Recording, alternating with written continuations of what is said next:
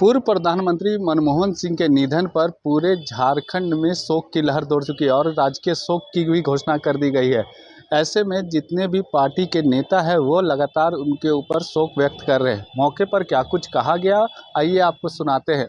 क्योंकि वो बहुत रिजर्व रहते थे, लेकिन एक वाकया हम लोगों को याद है 2011 के बाद जब 12 में परिसीमन की बात आई थी, तो चूंकि इस परिसीमन में जो खाका तैयार किया गया था वहाँ पर पूरे झारखंड में जो आदिवासियों की सीटों की संख्या थी उसमें भारी गिरावट आई थी।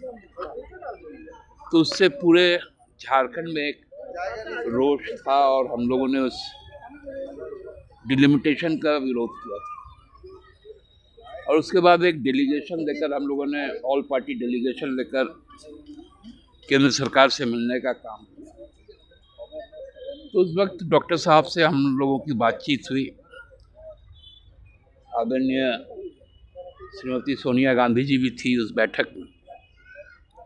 डॉक्टर साहब ने इस बात को जरूर रेखांकित किया कि मुझे भी ये आशंका है कि देश के यदि मूलवासी आदिवासी लोगों के साथ यदि कोई अन्याय होता है तो वो सही नहीं।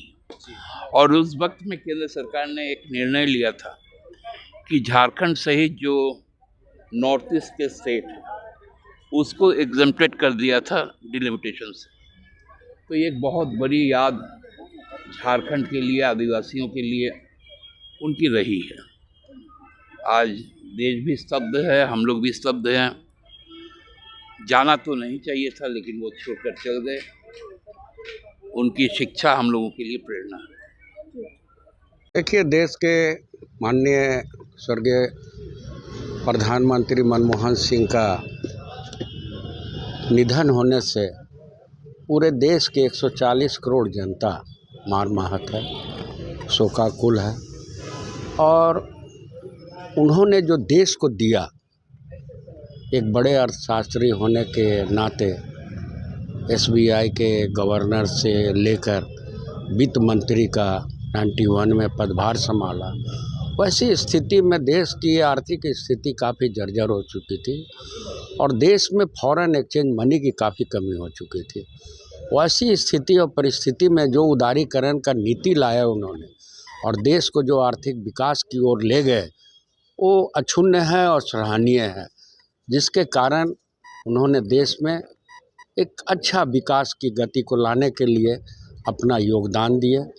और 2004 में जब सोनिया गांधी प्रधानमंत्री बनने के लिए रिफ्यूज़ किए और सोनिया गांधी ने उनको प्रधानमंत्री का नाम का प्रस्ताव किया और उन्होंने प्रधानमंत्री बने, तो प्रधानमंत्री के रूप में भी मनमोहन सिंह ने देश को बहुत बड़ी बड़ी काम किए और देश को विकास की ओर ले जाने के लिए उन्होंने अहम भूमिका निभाई।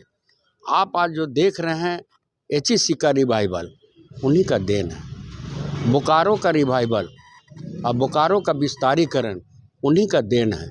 और जो आप नेशनल ग्रिड जो देख रहे हैं बेड़ों में, उन्हीं का देन है। कश्मीर श्रीनगर तक रेलवे लाइन जो दिए उन्होंने, जो प्रोजेक्ट बनाया और दिए लोगों को कि श्रीनगर भी आप ट्रेन से जा सकते हैं, उन्हीं का देन है। तो उनका जो विकास की जो माध्यम था, विकास करने का जो उम्मीद शक्ति थी, वो विकास किए। लोग भले विपक्ष के लोग उन्हें मौन प्रधानमंत्री बोलते थे, लेकिन मौन रहते हुए जो निर्णय लेते थे वो सटीक निर्णय लेते थे और देश को विकास के अग्रसर पथ पर ले जाने के लिए उनका 10 साल का जो कार्यकाल था वो स्वर्णिम काल था। आज उनके नहीं रहने पर भारतवर्ष के 140 करोड़ जनता और खासकर कांग्रेस के हर वर्कर निराशाजनक और हतोत्साहित है और उनके निधन पर शोकाकुल है। मैं भगवान से उनकी आत्मा को शांति के लिए प्रार्थना करता हूं कि उनके परिवार और उन परिवार को इस दुख की घड़ी में दुख सहने का पूर्ण शक्ति दे। और जितने भी कार्यक्रम थे कांग्रेस के, चाहे बेलगाम में हो चाहे यहाँ हो, हम लोगों ने स्थगित कर दिया और बेलगाम में जो आज रैली निकलना था उसको भी स्थगित कर दिए और साथ ही साथ देश में 7 दिन का माहौल जो शोकाकुल माहौल है उसको सरकार ने लागू की है और उनकी अंत्येष्टि हमको लगता है कि कल हो जाएगा या आज हो जाएगा। इस देश की अपूरणीय क्षति को हम कभी पूर्ण नहीं कर सकते, यही हमारा